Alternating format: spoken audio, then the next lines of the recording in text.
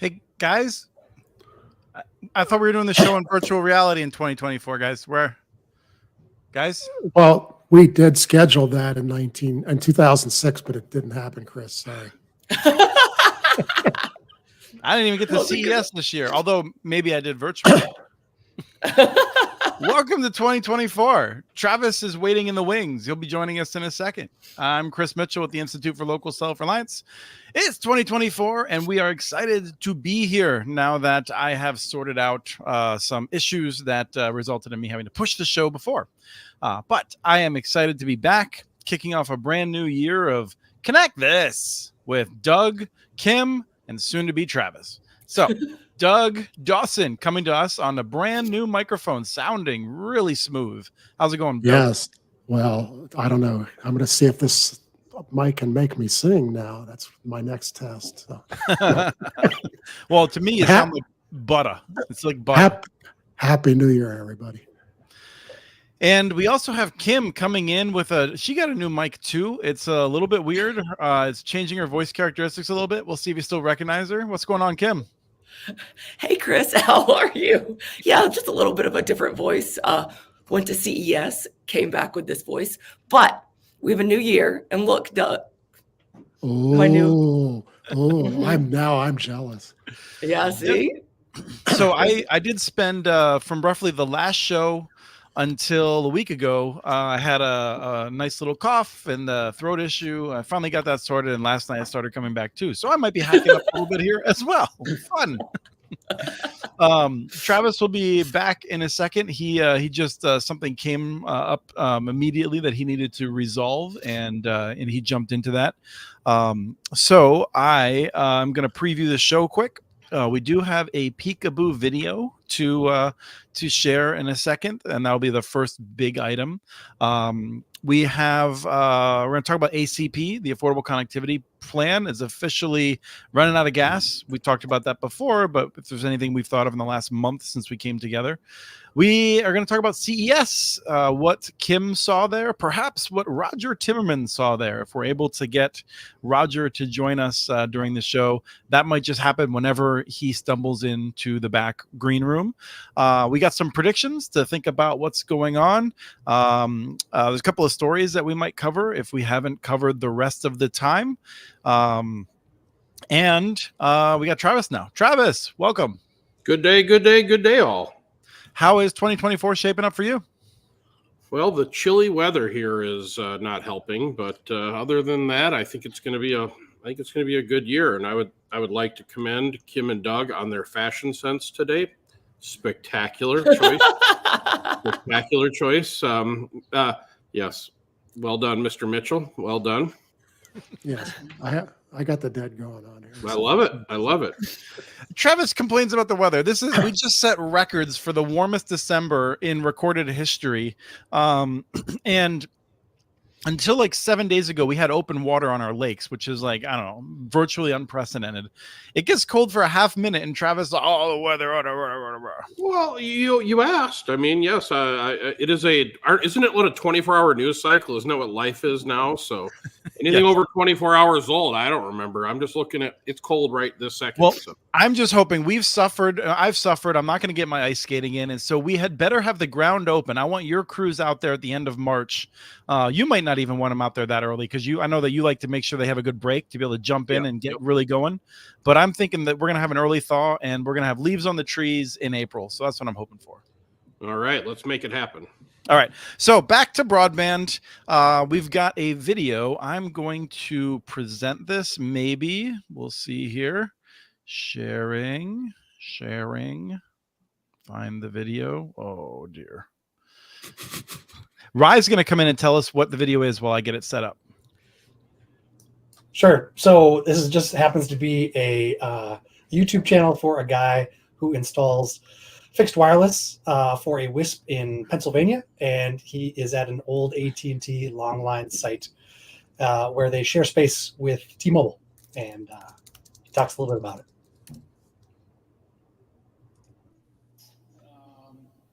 So unfortunately, my equipment is a mess here because we had to move our equipment to make room for T-Mobile, and They didn't tell us.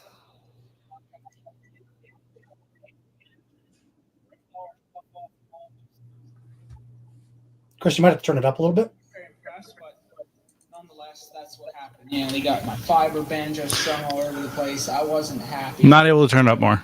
You got it. Big here. We've got a 16 gig or 16 XG fiber switch. Our 10 gig links going up to our backhauls, dual 10 gig to our switch up there, power supplies, dual 10 gigs to our MikroTik, just some management and a stack of batteries, some power supplies and lightning protection on the backside. So that's what we have here. T-Mobile, Crow's Nest Broadband, and I'll show you the inside of the compound real quick yet. Our new feature, we show other people's videos. Welcome. I feel like this is a Blair Witch project. Feels like if there's ever an apocalypse, this is where I'm coming. All right, let's see. I see an ice bridge. See, kind of, they had concrete, around the generator exhaust area there, so that you couldn't ram something into the generator. And it's hard to show you guys just how massive these bolts are. I'll put my shoe up here, just kind of give you an idea. But these bolts and these legs on this thing, they are just massive. I've got the ladder here going to the top, 215 feet. And, of course, the feed lines have been decommed. The old feed lines for the old horns have been decommed, but T-Mobile's are going up there. Ours are going up the inside. Looks like they need a little bit of TLC. And all this big, huge cable management down here. 4 legs, just massive, absolutely massive. I'm just going to show you guys this view of the antennas. We'll cut it after here, Rye. Yeah, sure. Here's good, I think. Get a sense of the scale. Yeah, those look like the big ones. We talked about them before above him. Those look like the big ones where it was like the old relays, right? Like we talked about those down. I had seen pictures of some down in Rochester. I am no longer hearing you. Crap. Is everyone else hearing me? I can hear you. All right, we blew out Doug's ears, but they'll come back. He's a deadhead; he'll figure it out. So Rye, it was interesting. So, why did you want to share that with us? It's just a nice glimpse into a piece of infrastructure I think we don't get to really see from a guy that gets to work inside those every day. And then particularly that timestamp spoke to me because it showed how, they're in there with T-Mobile. They're both sharing the space, ostensibly, paying money to get in there. And T-Mobile comes in and puts in some really nice stuff, but then unceremoniously kind of just takes all their stuff and shoves it off to the side, unplugs everything, and just dumps it in a pile for whatever the poor tech who arrives and has to engineer it back together. Yeah. Well, thank you, Rye. I think we'll continue the conversation. If Doug's still not hearing us, maybe you can work with him on the chat quick. Welcome to 2024. Seems a lot like 2025, just perhaps more embarrassing. Travis, what'd you see in there? Anything interesting? So I often get asked why we insist on running our own cable plant and why we insist on building our own switching stations. And this is a kind of an example. I've never really been a fan of shared spaces. Now, I'm not saying this guy probably doesn't have a lot of choices, but this is the reality of what happens. If you share a coax plant or a twisted pair plant on an Excel spreadsheet, it looks like a great idea, but this is the kind of stuff that happens. Techs come in the middle of the night and they're like, what the heck is all this stuff? They'll unplug you, plug themselves back in, and won't even give it a second thought. So I think that's just kind of what happened here is they just moved him out of the way, and that was it. And he's obviously a smaller provider, so they're probably just going to kick him around, and there's not a lot of recourse. Yeah. I mean, it's like all the fun of group projects from school with the fact that your livelihood also depends on it. Yeah. And so that was probably a, real fun 3 a.m. kind of, At least they didn't unplug it, which I thought was kind of good. They at least looks like it was still running, but still not ideal. Doug, you're back. I am back. I like the mouse trap on the floor. It was actually pretty big. It was a rat trap, I think. So, yeah. Kim, did you catch anything you thought was interesting? I just kind of was wondering what the person who was filming that video looked like. I was like, is he a creeper or does he a young fellow with a stylish mustache? That's what I got out of watching that video. But anyway, I think Travis is spot on. I think it just shows that there's no real decorum between providers when they walk into any of these facilities. And you're exactly right. That's why everybody absolutely wants to run their own network, because they don't trust the standards of others. Well, the other thing I think is interesting is that really shows people the reality of what the internet looks like behind the curtains. You know, everyone thinks it's this shiny, flashy, you know, thing you see in Hollywood. That's the reality. It's concrete buildings in the middle of nowhere from the 1950s that are spilling bits out into the ecosystem. Mm-hmm. So that's just what it looks like. Yeah, they're unheated, they're ugly, they're dirty. Yep. Oh, yeah. Yeah, and it's I think it's pretty cool once you actually know what that gear is. You have a better sense. You can come in, look around. You know, even without labels, you kind of know what's what. So anyway, it's fun. Thank you, Rye, for sharing that. Travis? But at some point during the show, we need to talk about uptime a little bit, because, of course, 2024 comes. We had a little outage at 3 a.m. this morning. Already? A minute later, I got a 2-star review. So at 3 a.m., so this is how the internet is taking over. We need to all learn how to go outside occasionally or go back to bed. So, all right, I'll leave my little rant at that. So, Kim, I think you should say that on your website, Travis. Oh yeah. If the internet's down, get some sleep. Huh? Yeah. That's easy for you to say. You weren't just about to do that thing you've been working on for months, leveling up in some way.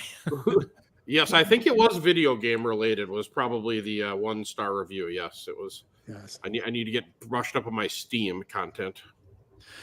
Kim, we were just talking about the municipal networks. We're about to release an update with how many municipal networks there are and stuff like that.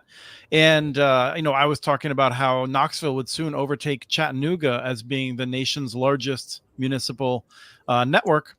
And Rye was like, no. Chattanooga's not number 1 anymore. UTOPIA surpassed Chattanooga last year. In the size category? In terms of the number of passings. Really? Oh, look at us. That's our projection. Yeah. And so we're trying to verify it. But I thought before we verified it, I would tell everyone.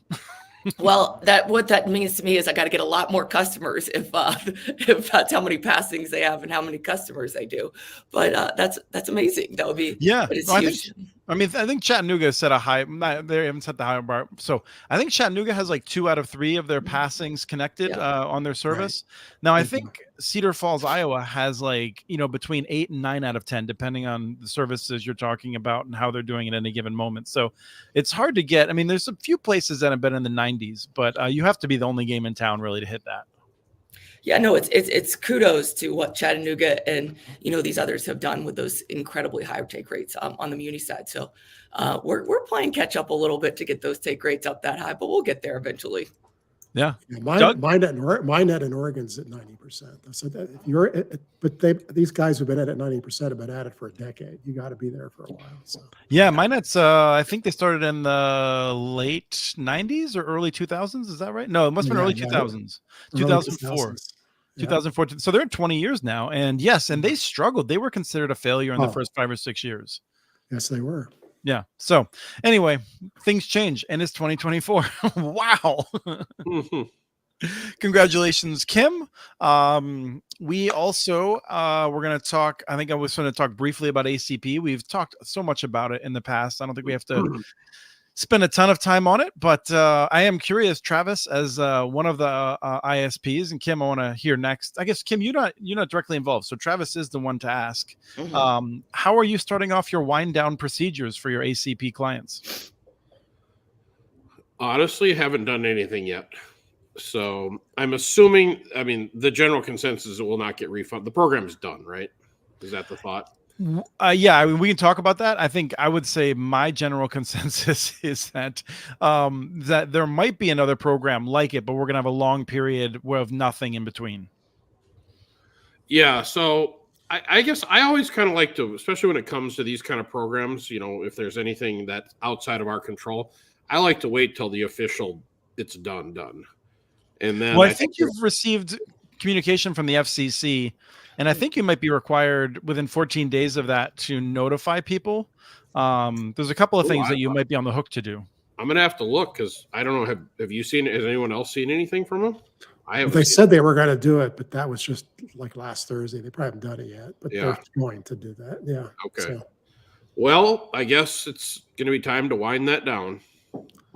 Now it's interesting because the city wants to pick it up. I mean, I'm happy to let them. They seem to have a lot of money. Maybe they want to pick it up and run with a local ACP program.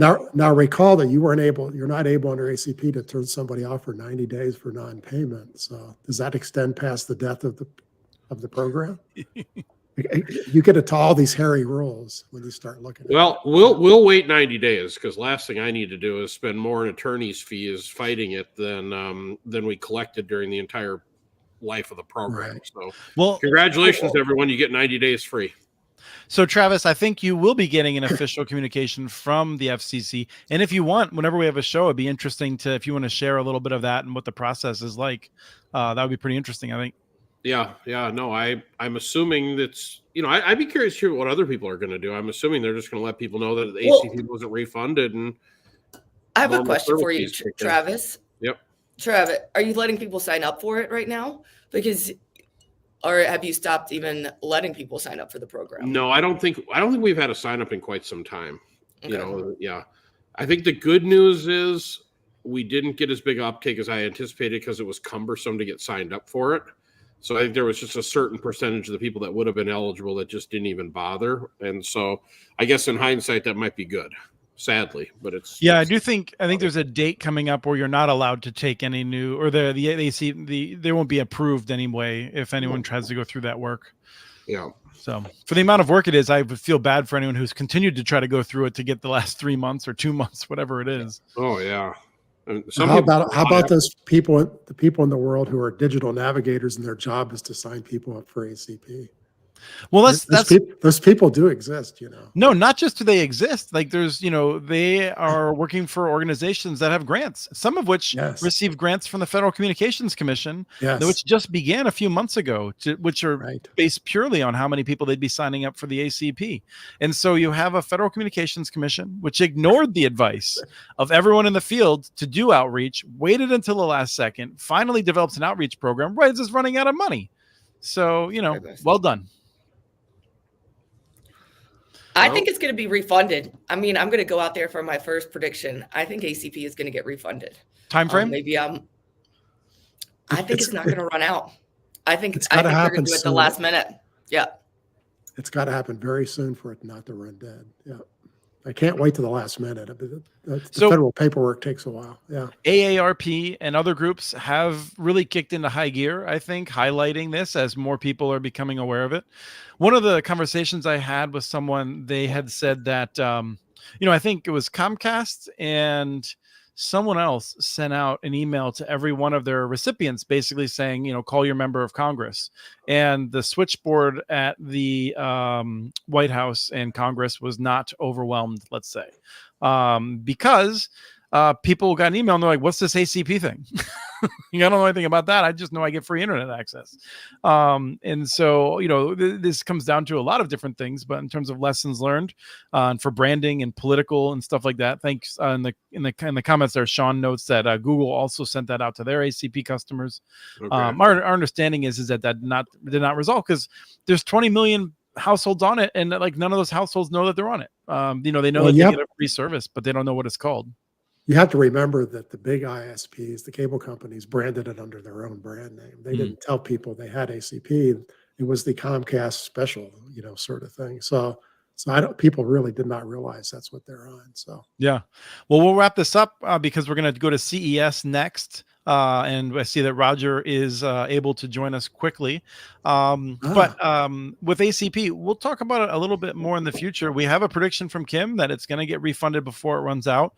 I think that there's going to be no money until maybe 2025, and I would not even put a significant amount on that. So I think we have two polls there. Last year I predicted it would run out and it'll come back half the size was my prediction. So in what time frame? Later this year, very late in the year. Okay. Travis? So then it begs the question, let's say this version of ACP goes away. You go through all the effort of onboarding, then offboarding customers. Would you even bother doing it next time? Well, especially because, I mean, I'm curious to see, Travis, whether it's you, whether it's someone else, how much anger there is from people. We've heard some stories already within our office that I don't know that I can share of some of the people that have done the work being signed up, feeling like they were actually being blamed and harassed and yelled at by people who were frustrated that the benefit was going away. And so I think there's a lot of people who are pretty frustrated at this, and we haven't even started cutting off the benefit yet. So I don't know, like a second benefit is not going to work as well, I don't think, because of all the lost trust that will come from this. Well, especially the second benefit's going to be funded 1 year at a time, probably. How every year you're going to have to worry about it. So, yeah. So anyway, that's something that I'm sure we'll be able to continue talking about. Last comment from Trav? Last comment. So I guess I would ask everyone fundamentally, do we think it was a good idea? Forget the funding and how was it a good program? I thought it should have never gone to all the cellular customers. If it would have gone strictly for broadband, I thought it was outstanding. So, okay. Yes. John Chambers had a similar feeling about it. I mean, I think that it was done in a way that mostly benefited the biggest companies. I would have changed the program design in a lot of ways. Maybe we'll come back to that at some point, but I do think, I think it was financially reckless, but something along those lines was needed for a lot of families.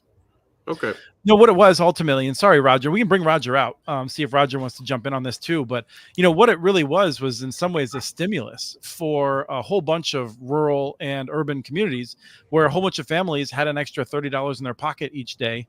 Not each day, that would be nice, each month. And generally, we know that money goes into the local economy. And so there's many counties are going to be missing out on $1 million or more per month of stimulus effectively once this program goes away.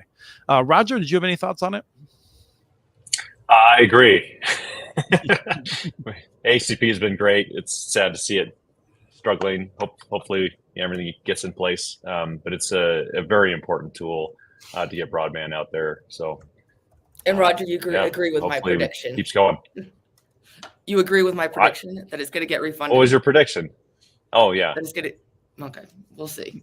All right. Yeah, there's enormous political support for it. And anyone who's opposed to it is going to get killed politically because there's just everybody needs this. It's such a need today, right? So it's just the issue. If they're playing politics, they're going to have to get behind it. Yeah, but getting anything to a floor vote in this Congress is the challenge. So. And that's my concern. I don't know that there actually is anyone who will lose a vote because of this. I just feel like the issues are so polarized. People don't even care about these issues anymore. They just care about which team they're on. They're team red or team blue, or else team. I never make up my mind till the last second. I mean, either way, people aren't voting on broadband, I'm afraid. Well, but I do want to. This panel now has two teams. There's teams broadband and there's team CES here. Yes. So two of us made it to CES. One of us appears to be healthy from having done that. So let's start with Roger and then pick up. Apparently we're hanging out with different crowds. Yeah. I don't know what Kim was doing. So Roger, last week I think you were on the floor, but we caught you a little later this time. What did you see? Yeah, so CES is a lot of fun for geeks. It's kind of like Disneyland, right? You go out there and you see all the cool tech devices and new stuff that's coming out.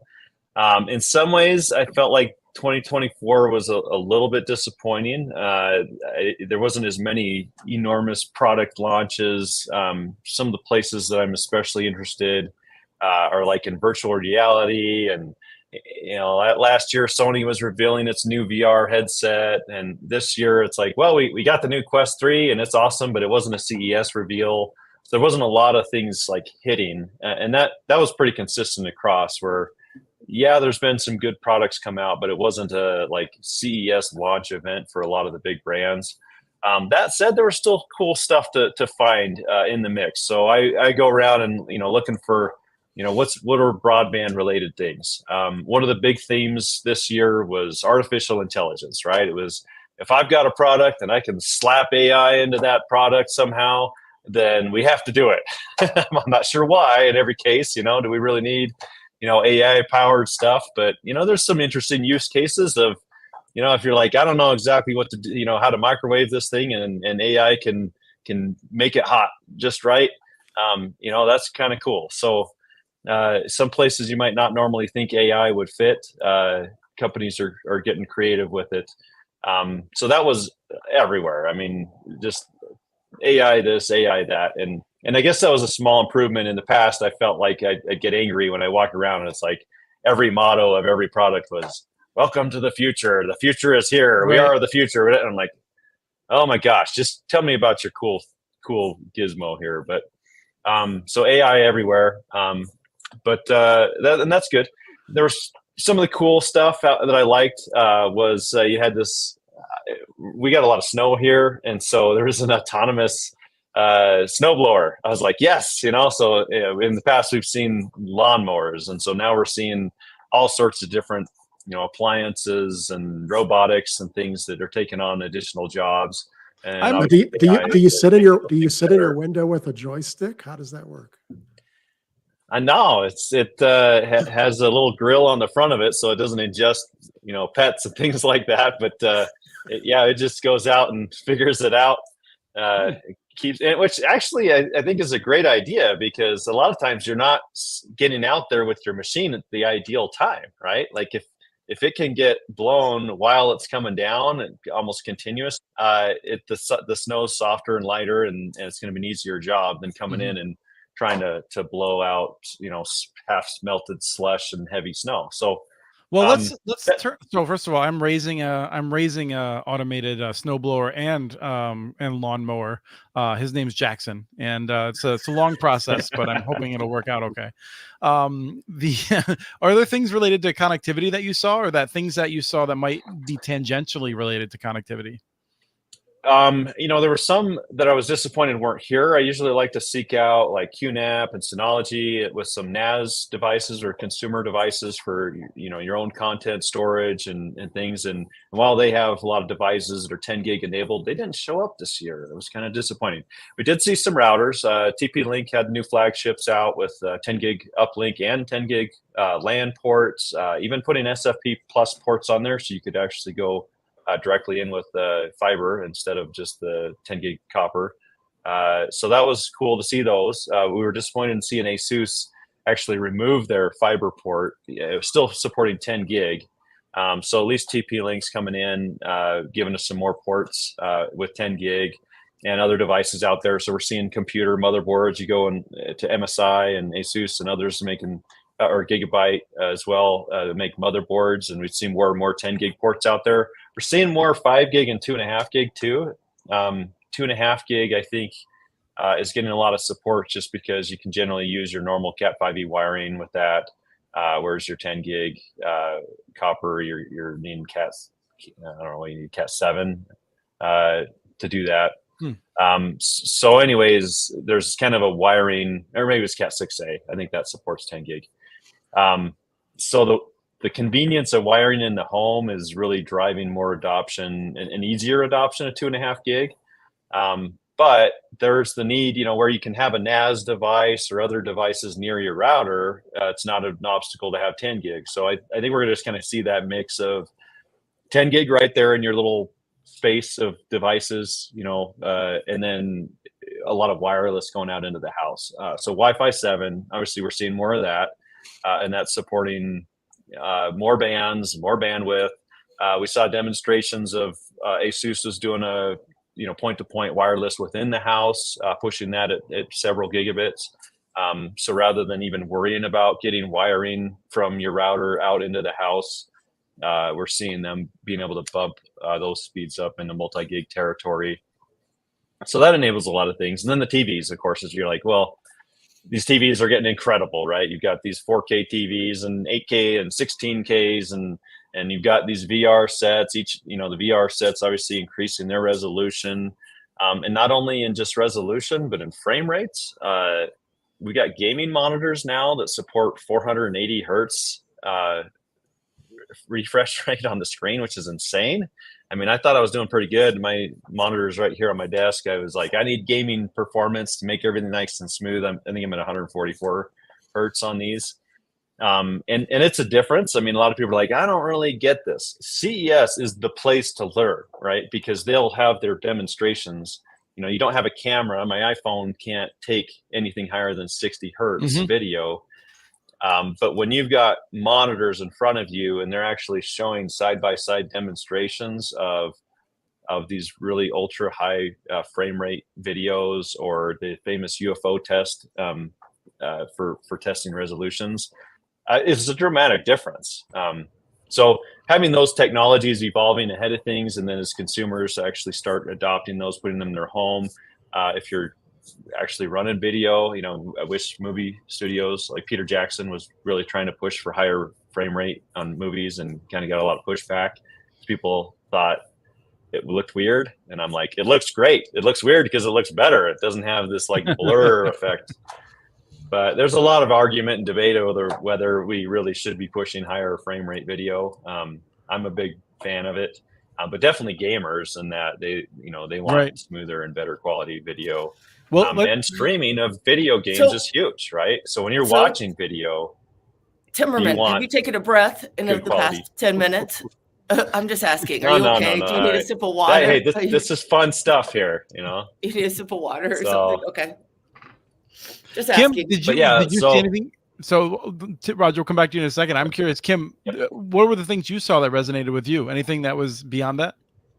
Okay, no, but Timmerman basically covered it. But the thing that I love that is, I just saw the prettiness of half the stuff. Like, I thought the TVs and the transparent TVs were amazing. But no, I didn't. I think Roger covered it. But there is too much technology in life when you walk through that show. Not everything needs to be automated to the nth degree, is what I learned from CES every year. But I do think that you're seeing a lot of more smart home devices and stuff. And the major brands really buying into that more and more of how do we all connect our homes to too many devices. But back to you, Chris. Timmerman, what was the last bit? I think you had another bit. So the streaming of video games has become a huge thing, right? So, I see just this morning, I'm down in our customer service department. I was pointing to Kim, and I'm like, hey, one of your guys is down there like watching video game streaming while they're working. I'm like, I'm not sure I'm supportive of that or not, but people are watching it, right? Like it's a major thing, almost like, in my generation, more it was watching football and all this stuff, right? But the younger generations, a lot of them are into watching professional gamers and streamers, and so they want, the experience the gamer is having is these high resolution, high frame rate video game experiences, and you don't want to be watching some terrible quality, choppy or version of this. So there really is a demand, I think, for higher and higher quality streaming content that drives more bandwidth, it drives higher resolution frame rate displays, and for your own gaming too. And I love VR. VR has gaming, especially. I'm the nerd that actually has one of those Tesla suits with all the little actuators and stuff in it, and get all hooked up, and that stuff continues to get better and better. There were some really cool tactile gloves, it had little strings and cords, and it almost looks like one of the animatronic systems at Disneyland, where it's all these pipes running into the things that can move around. Well, they do it the other way, so you can be in a VR environment and grab objects and feel textures and things like that. It's really amazing how effective they are. I mean, when you're actually demoing that thing, you feel like you're grabbing a thing and picking it up. Yet there's nothing in your hand. It's just these pads and actuators and pulleys and all sorts of crazy stuff. So I just started enormous amount of innovation happening there. I just started with this. I don't have a single friend on there yet. But on some of the stuff, I'll be your friend, Chris. All right, I'm gonna reach out to you. I also just started Pokemon Go with my son, so I'm doing all the old stuff at the last second here. But I have this roller coaster simulator, and I was like, this is weird. I'm just going to try it out. And the thing is, they give you like guns and targets. And so you're riding a roller coaster and you're like shooting at targets as you're going. And like, I almost fell off my chair 3 times. Like, and I don't even have any of that cool stuff. The future is going to be cool. Sorry, I said not the future. Right now, it's cool with this tech. So, Travis, did I see you leaning forward? Well, I was just curious how that in-home bandwidth is possible at those speeds. I mean, it's the obvious. It wouldn't be the 6 gigahertz spectrum is available, is it? I was going to interrupt him and ask him if the Wi-Fi 7 had a specific thank Wi-Fi you. 7 uses 6 gigahertz, I think. No, Roger Timmerman, this is a whole thing that he does where he wants me to. I'm curious, at CES, did they have like a big plaque honoring Ajit Pai for setting aside the 6 spectrum? Because Travis thinks this is the single greatest action of government since government mandated sliced bread. Well, no, since they mandated toothpaste. I told you that, not sliced bread. Yeah. So, no, we just had this reoccurring theme of, how effective government is, and that particular version of the FCC really changed our lives. And look how excited Roger was to see it in person. So that was the first question. The second and even more important question than that, did you stop at the Stern pinball booth and play Jaws? Yeah, I did. Okay. Yeah, I love pinball. I that's one of these old tech, new tech things. And Stern is they're awesome, and they usually have a reveal. I didn't even know they had Jaws as a new pinball machine, but yeah, they had like 8 of them set up there Nice. on the Lucky. floor.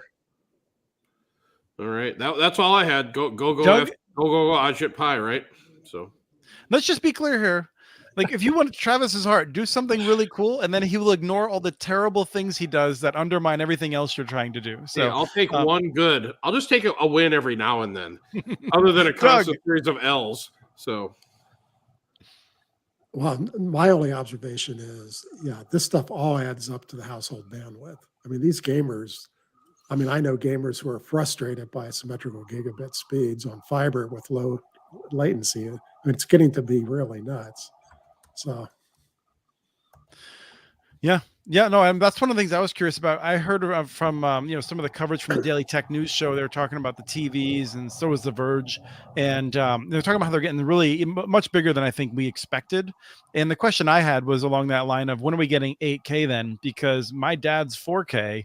It doesn't look so good when it's at 85 inches when I visit them. It starts to break down, and especially when you get to the compression that you get. And so, even if I haven't checked YouTube, I guess, with the 4K to see how good it does. But like, if you were doing 4K over satellite or 4K from Comcast, it looked ugly, frankly, on an actual good 4K display. Now you pump that out to 100 inches, 108 inches.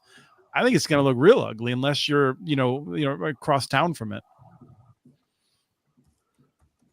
Yeah, I think you nailed it. It's the compression, right? Like if they were pushing 100 meg, 200 meg streams, it looked phenomenal. But they're Netflix and YouTube even are pushing this to mass market, and they're like, well, it's got to work. So, assuming bad broadband, we're going to compress these things down to 20 meg or whatever, and they look like garbage, even though in theory they're 4K. You have a nice still image on the screen. It's pristine, right? You put any motion on there and it looks like garbage. And in fact, worse than a lot of 1080p streams. And so that's been a frustration of mine, is we're just not seeing the content providers pushing content at higher bit rates to actually give you any benefit of 4K. Okay. So we have to move on, but I want one last question for you, Roger, which is leading into our next segment. First of all, I think you were busy and you missed the beginning of the show. ILSR, in the spirit of a 2024 presidential election year, ILSR is now expecting to see. We are forecasting that UTOPIA is the biggest municipal broadband network in the nation by passings. So congratulations on that. We think that you have surpassed Chattanooga, which was by our count the second biggest, had been the biggest. But I'm curious if you have any predictions for 2024. You want to share one, and we'll move into that segment to talk about what's coming next. So you get a prediction, and then we're going to give you the boot. Oof. Well, I mean, our approach is we cast a wide net and then, see what we can get. So No, industry prediction, not Yeah. Utopia prediction, industry prediction. Yeah. Yeah, I think this is going to be a big year for the industry. Some people are like, yeah, we checked a lot of boxes for passings and fiber, so maybe this will slow down. But I mean, no, I mean, I'm in the space of cities and states and others that are trying to identify demand where status quo is not meeting that demand. And that usually results in more RFPs and more, feasibility studies and just figuring out options. And I'm, towards the end of last year, we were seeing more of that than we'd ever seen. I think we're going to see even more in 2024, where cities are just fed up with cable and DSL and other, wireless, other solutions that they just don't feel are meeting the needs. And we're going to see a lot of effort in fiber deployment and increase still. Well, that gives me more hope than I have. Just one more comment. A lot of people are like, once you've got fiber, you check the box. And I'm like, I think we're going to see more what's considered overbuilding, right? Where you have multiple fiber operators. I mean, if we go into a market and we get 30 or 40%, we're good, right? So the market supports multiple fiber operators in the same space. And there's not a lot of that happening because there's so much no fiber to cherry pick right now, communities with no fiber. But, let's say every household in the country has fiber. I think you're still going to see a second and maybe even a third fiber option come into those areas because the economics still support it. All right. Thank you, Roger. And we appreciate you coming by on such short notice. Yep. Thanks for having me. Yep. With Roger made the comment. That's what the boot looks like. The boot you just kind of I think, and I haven't seen this confirmed. Maybe we discussed this, Doug. I don't know if you thought about it. I think that according to FBA, Fiber Broadband Association, half of the country has a fiber optic line available to it now. I don't buy that number. I keep, the folks who put it together are one of these guys who also market wholesale, DSL lines. And I just don't think they count it properly because there's so many cities you go to who just have a tiny fraction and people live in cities and suburbs. Okay. So I think that means then that you would probably say between 40 and 50% of the country. Oh yeah. Yeah. It's over 40%, but to say half, I can't get there. I tried to do my math on that and I couldn't get to it. So thanks to the co-ops and the munis, I actually think 40% of rural areas have fiber now also. And so it's kind of interesting there. There's a little bit of symmetry right now. Not yet. They will after BEAD, right? If you put all those guys on a map, it's still a really small. I guess we'd also have to come up with it. This might be worth doing, and Ryan might be jotting down some notes. But depending on different definitions of rural, I think we might be getting in pretty close to that. And at that point, I think rural surpasses urban, and it's a long time. I think rural's going to surpass urban. That's one of the interesting trends. Yes. Yeah. Okay, let's jump into other predictions. And then we'll come back to questions. We'll come back to Juan has some cool questions in the chat. And so Rye, hit me over the head with a hammer if I don't get to them by the end, because I'd like to tackle those. But let's talk about some predictions. Kim, would you like to go first? I'm going to go for the ultimate crisp prediction. I predict in 2024, the FCC will change the definition of broadband in 2024 Let's see. So that's a bold one. Today's Tuesday, right? So today we released, or tomorrow, if we're running late, we still have some illness going around the office. We have our podcast from all of my colleagues at ILSR on the broadband team, and we debated this. And Kim, you're right. I take the opposite side because I'm tired of losing that bet, and so I figured this is the last year I can lose it. I'm saying they're not going to change it, and I'm going to go ahead and bet that I'm wrong again. Travis, he's now rooting for 25-3. Travis, you hear this? Well, I guess the big question is, what is the new definition, and does it even matter? Are we going to go? That second part, yes. Yeah. I mean, is it 56 or what? No, it's 120. I think it'll be 120. I think that's still too low. But if I was to take a bet, they'll change it to 120 in 2024. Huh. Yep. Wow. All right. I don't find this that interesting anymore, so I'm going to move us to another prediction. Who's got another better one than that? Kim. Oh, thanks, Chris. Travis said he wanted to go last. So, Doug, you've written a bunch. What's one that you want to share? I think that Wi-Fi 6, I'm going to possibly steal Travis's. I think we're going to see a giant impact from Wi-Fi 6 on rural wireless networks. I mean, it's, people will introduce it slowly, but the FCC's finally tweaked the rules to allow it this year, and I think we'll actually see the gear before the end of the year. So, I mean, you could be talking 2-3 gigabit speeds in limited areas. I mean, not forever in distance, but that's a gigantic change. So it'll hold people over for a little bit. I mean, this is the same thing we saw before, which is I think people will be like, yes, finally. And then in a year, they'll be like, that's not enough. When am I getting more? Or get oversubscribed. And, the fact is it still takes a quality ISP to do it right, but there's plenty of quality WISPs. So, yeah. Travis, any reaction to that? Yeah, I think Doug's right. I think this is where you're going to see Tirana is really. Remember, now we haven't heard the name Tirana for a while, have we? And now it'll be back, and everyone's going to think it's amazing because they're going to introduce the 6 gigahertz spectrum. So I think Cambium and Tirana, they're all going to have some pretty nice products out there. In the if you can get a 320 megahertz channel, there's a lot you can do in that. I mean, that is a significant improvement in wireless. I see a lot of WISPs. This is their next. As long as they do a little fiber in the mix, I think they can be fine. The people that are not doing fiber backhaul, I think are going to really struggle still. Yeah, so Juan just put up for the benefit of at least Ruben, who's on the road driving, listening to us. He put 5G connection 5G home connections, which I'll just shorten to mobile wireless, will slow with the DOCSIS 4 rollout. And that's something that I'm also predicting, but I don't think it's going to benefit the cable companies. I mean, I think we're going to end this year with a very modest growth, perhaps staying the same or perhaps a very insubstantial decline in the number of people subscribed. But I don't think fixed wireless on mobile is going to keep growing the way it did before. I think that's going to peter out. I don't think cable is going to do very well. And I think even fiber is going to kind of like pause in general. I think people are going to mostly stay where they are, maybe switch a little bit around, but I don't think we're getting a lot of new subscriptions. Yeah, you think the carriers are just going to trade the customers back and forth? Just a little bit, yeah. And this was the fun question, right, Chris? Is that what you were saying? I failed, Kim.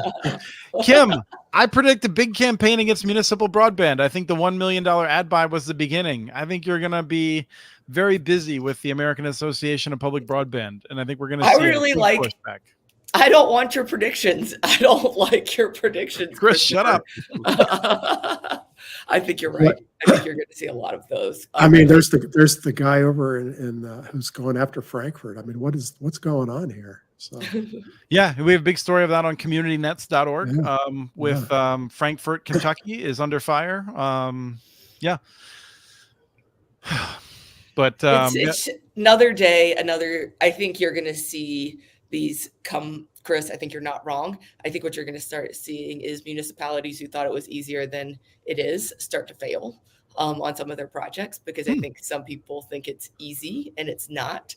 But that is my prediction associated with muni broadband, and that is coming from somebody who works in the space. But now, when you say that, I think part of what you're predicting also, and what I would give you credit for, is some of the cities that have gone with open access in a partnership with with a vendor that is not proven.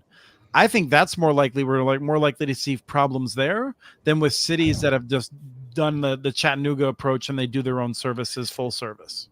I think that you're right on that. I think you will see some of the full service ones still struggle too. But yeah, I think it's more open access. Open access is a lot harder than I think a lot of people make it out to be. And it's not just you just pass the pipe over to somebody else, or at least our model isn't. But yeah, no, I think that's muni broadband is going to be very interesting in 2024. I would absolutely agree with that statement. And I would agree with Kim also, because what everyone misses on open access is you need economy of scale. You got to get to a certain size like they are. And a lot of these folks are not that big, and the math just doesn't work. So you need to get to a utopia size to really nail it. So it's going to be interesting to watch some of them. Of course, any failures cascade to see, look how bad they're doing. So, yeah. Well, what I'm looking out for in terms of trends in municipal broadband is California, New York, California, New York, Maine, Vermont. Because in the next couple of months, I think maybe in 2 or 3 months, California will make decisions about what they call the federal funding account, the FFA. And we have all kinds of projects in there that will benefit from some public financing that the state of California had arranged for prior to hitting massive deficits. So depending on how California decides to react to the deficits and which projects get selected for funding, we could see all kinds of new municipal broadband in California. New York also has a great program. Maine and Vermont have great programs. And so I think no matter what happens in other states, this year will kind of be defined by those 4 states and predominantly California. Do you think that's what's behind all the anti-municipal stuff? Is that or not? I think do they just not like him? I mean, if I'm at a cable trade association and I'm looking at the 2 most important states in the United States of America, and by some measures, New York and California, just using state policy to encourage municipal broadband, I think I would be working pretty much. I mean, wow. So I think it would be incoherent. That's what I would be. I would be incoherent. And then you would run and spend $1 million in Utah because of that. Okay. I think I might test out $1 million in Utah, but I'd be planning on maybe, I mean, don't forget in one market, they're set up to lose millions of dollars per year from municipal broadband. Now, we're not talking about rural California counties here, but we're talking about like Los Angeles County starts doing some stuff around this, and some of those cities get an idea. That takes a chunk out of Charter Spectrum's, profits, and it's tens of millions. It's big numbers. Yeah. Right. Exactly. So there's real money at stake, and so to put a few $1 million in an ad campaign and hone that in a few places, and then go big with it elsewhere. I mean, the only thing we'll see, as I would expect, is we'll see the message delivered by former mayors, former city council members in Los Angeles. Those are the people that look for that paycheck, the Heidi Heitkamps of the world, who didn't get rich, and they were a decent person in public office. They come out of office and they sell that image for as much as they can get to pass it on to their kids. I don't know, but that's what we see. People who had a good reputation will cash it into the telecom industry. I'm almost on a rant, but I'm going to hold it for February. You were close. Yeah. Other predictions? Kim, any other predictions? I think you're going to see a simplification of models. I think in the past year, you've seen a lot of interesting private equity and cities partnering. I think some of them are very successful, and I think some of them haven't been so successful. So I think you're going to simplify what works, and I think you're going to see some people who rushed into this industry actually exit the industry, because it's not as easy as what they thought it would be. But those are my last 2 predictions, Mr. Christopher. So here's one that I have to say, I am really not looking forward to 2024. I've said on multiple occasions, if I could fall into a coma and wake up in 365 days, I would be happy when I woke up. I think this is going to be a bad year for Democrats on broadband. I was just in Gary, Indiana, which is a city that is very hard hit in terms of decline. Used to be, 240,000 people, major U.S. city, and has been hollowed out. And telling them that, yes, the state of Indiana is getting $1 billion, and almost none of that is going to Gary, where Comcast, is among the last places Comcast upgrades their network. And to tell them that the money you are getting is mostly slated to get you excited for an internet connection, for their digital equity, through skill training and stuff like that, for a connection that you cannot afford. It's hard news to tell. And I think the Democrats have spent almost all of this money. They're responsible for it. It's mostly going to very rural areas that will never vote for them in any sort of appreciable numbers. When the ACP runs out, I think Biden takes it on the chin from a lot of people who get this, who are less excited about voting. And I think that from a political standpoint, the Democrats have set themselves up that broadband will be a huge loser for them, even though it's been a good investment for the country. And so that makes me sad. But that's what I see happening this year. That was close to a rant. So Yeah, Redstone ended with me bursting into tears.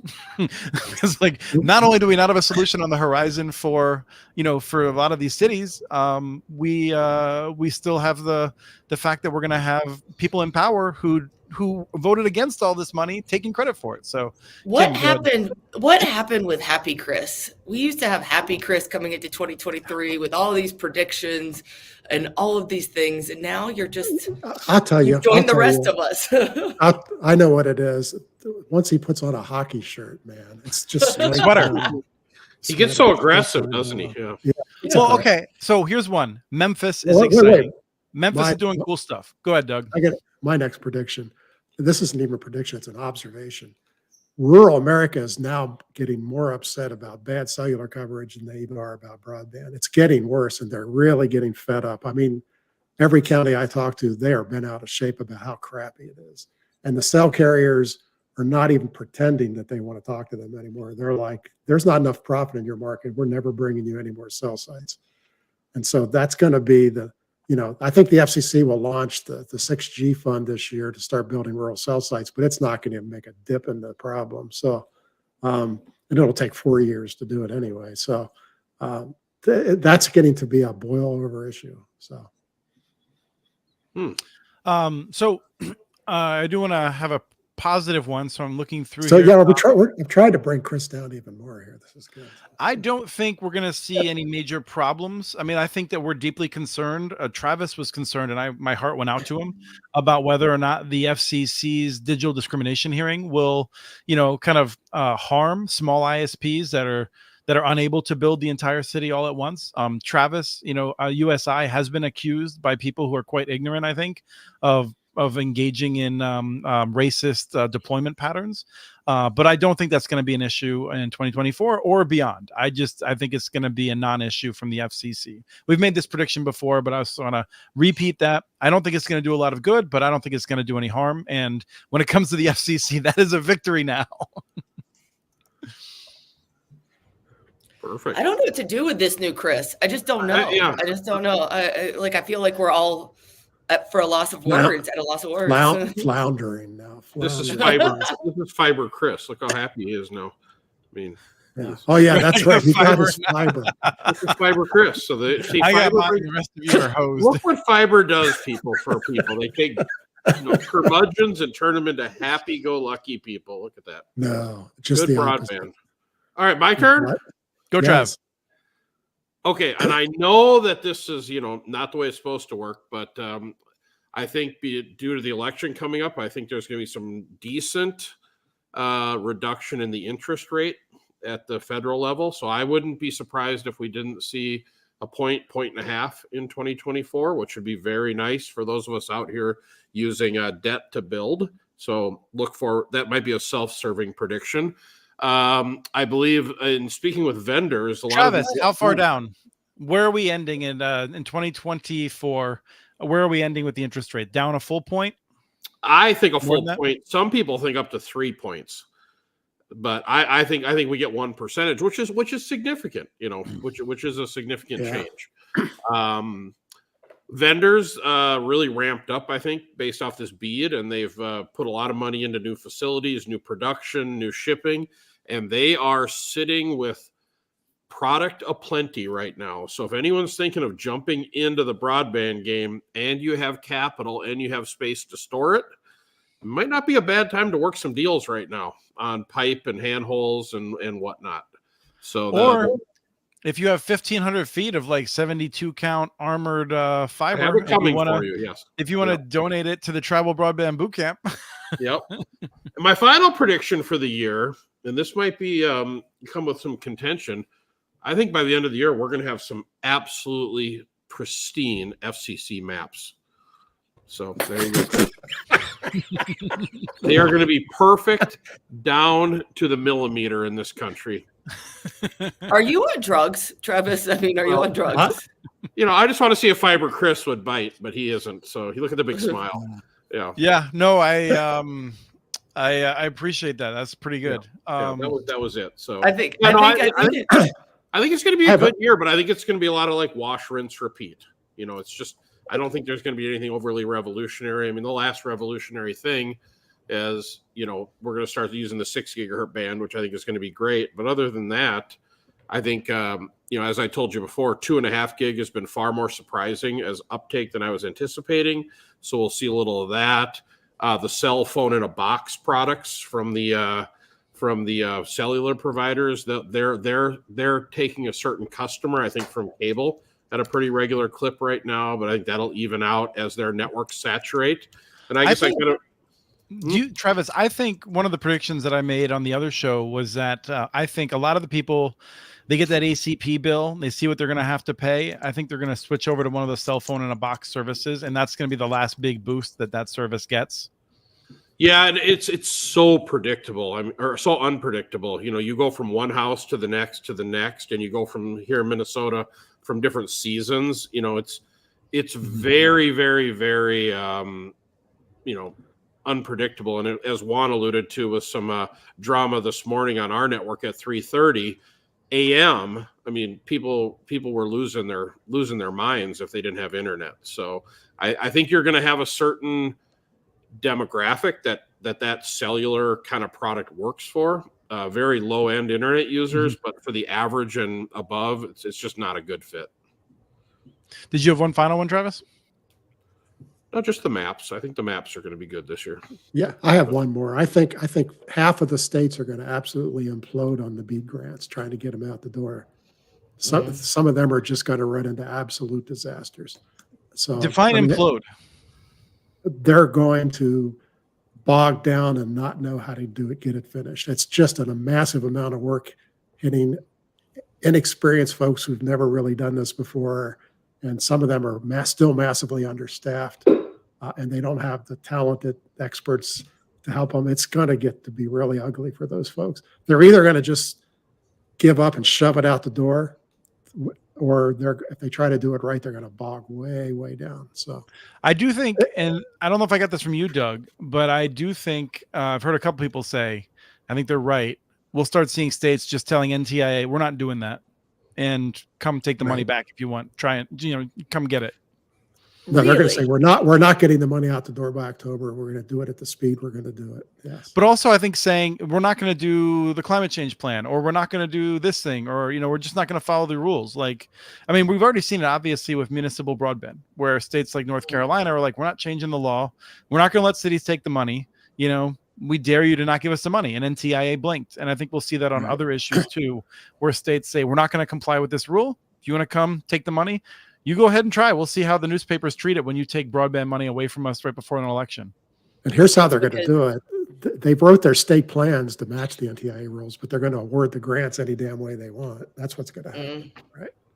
Yeah, that would fit within what I'm expecting. Yeah. Not everywhere. Not everywhere, but a few places will start, and then we'll see how far it goes. And once one state does it, they're all going to be very tempted to do it. Any guesses on the first state? The first state for what? That does it.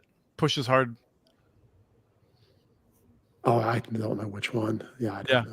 I think it's going to be one I'm not expecting. But Kim, any last thoughts? I mean, there's states that I'm working with who are very unhappy with NTIA, places like Missouri and all. They're going to do their own thing. Yeah. So. I was just wondering if it was because Doug lives in North Carolina, in which they didn't want to give it to cities because they just love charter there in North Carolina, right, Doug?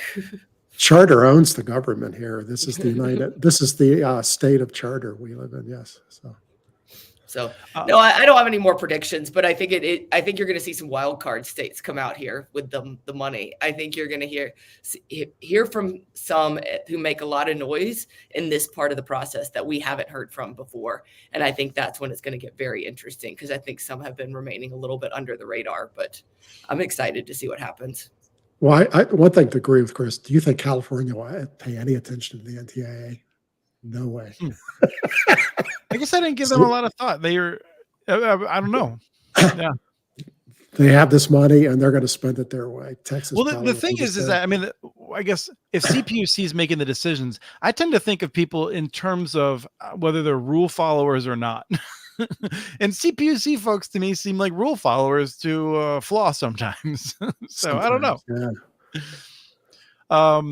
So Juan had a question that we'll wrap up with, which is questioning about weather and how it impacts connections, saying both Media and Comcast have had issues in the extreme cold in the past 2 days. And then obviously, Travis, was your issue weather related or just a coincidence that it happened at such a cold night?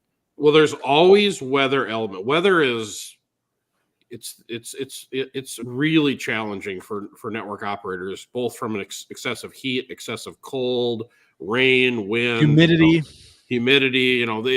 It's actually a topic that doesn't get spoke about much in our industry. Everyone's always worried about the bits and bytes, but in our world there was a combination of things, and weather was one of them. But generators get very angry when it's very, very, very cold or very, very, very hot, and batteries, etc. So yes, I think for people, so mostly electricity related.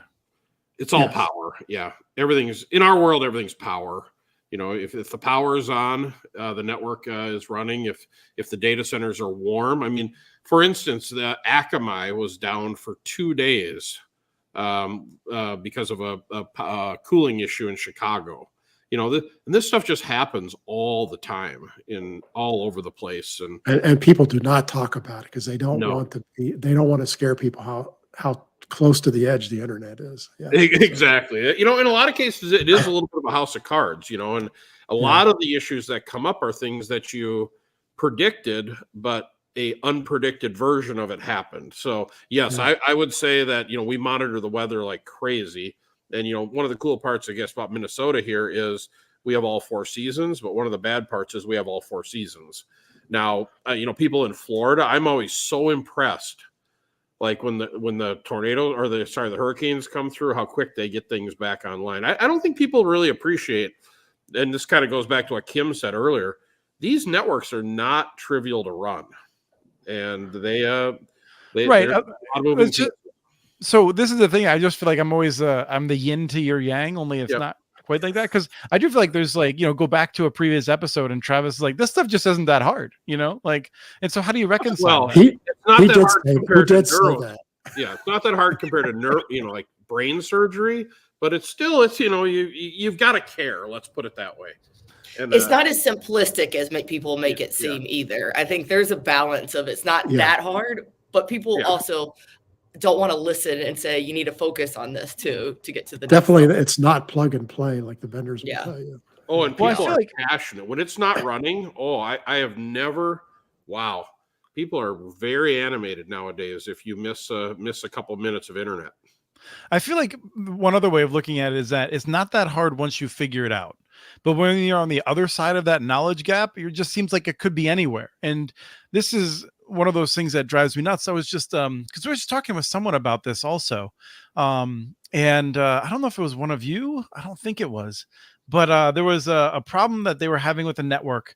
And it took like 3 days, 10 hours per day with like people from the vendor, people from this other place trying to figure out where it was. And they finally found this weird misconfiguration on some router and some other person's data center or something like that. That was like causing all these weird behaviors. Once you have it, it's like, oh, well, that wasn't so hard. But like when you're trying to figure out where it is, it's like. It reminds me, did you guys ever see that kind of cheesy doctor show called House? Where they always started off with like this mystery you couldn't solve. And then by the end, aha, I figured it out. That's the way this stuff is too. Yeah, it's real easy if you already know what the problem is. It's getting to the problem. I mean, I've been doing this for 35 years. And like this morning's issue, never seen it before. Probably will never see it again. But it's how you describe it at all? It was just a battery voltage / generator. It was power related. It's always power related. Power and cooling. So, but never seen it before. And all the fancy stuff we bought to monitor this, of course, it didn't work. So because it was too cold. Yeah, it was too damn cold out. Yeah. So this weekend, I finally pulled everything back when I was having a flaky hard drive. I had started like throwing stuff in different places to back it up before I lost everything. I lost a few things here or there. And that was because I didn't have online backup, because I have like 3 or 4 terabytes of storage, and Comcast has a bandwidth cap. And in retrospect, it would have been worth it for me to just pay the $35 a month to have unlimited transfer. But now I do have that, so it's nice. But it took me about a full year to get everything back and in the right spots and deduplicated and all that crap. So my weekend was great, but at least I feel now that it's done. Wait a minute. That sounded like old Chris. I'm a little confused now. Well, no, what I was going to say is that I'll find out next is that Backblaze, I have it misconfigured or something. And so when I actually need it, it won't be there. So. It'll be so encrypted that you won't be able to open it. Right. Yeah. I'll pick the password that's like Comcast sucks 02 or something. All right. Any last comments from anyone? Did we make a bet? Did we bet anything last year? Did anyone win? Oh, that's a good point. We need an intern to go back to the vaults. It would really benefit if we had, some podcasts have like a person that will just volunteer to do some like basic work around things like that. So I don't know if anyone's like interested in that. But I'll see if we can get back into the vaults a little bit. Right now, we're just scrambling because, like every week it's been a different thing. There's a lot of illness going around, and we're struggling just to keep up with our commitments right now. And but I can try to look into that. All right. Do we have a bet for 24 then? I'm gonna bet that he's never gonna look into it. What do you think? I think I'm 3-0 right now. So how about Chris? I'll bet you chicken wings that the maps are perfect by the end of the year. All right. I'll take the pity bet. All right. There you go. Yeah. I'll bet that it's going to be hard work to put on a big happy face and tell a happy story for a lot of the weeks of this show moving forward. I just think this is going to be a hard year. I think it's going to be a good year, Chris. I think it's going to be a good year. Yeah. I actually think it's going to be a lot better than 2023. He's killing me. He's killing me. You're killing me. I love it.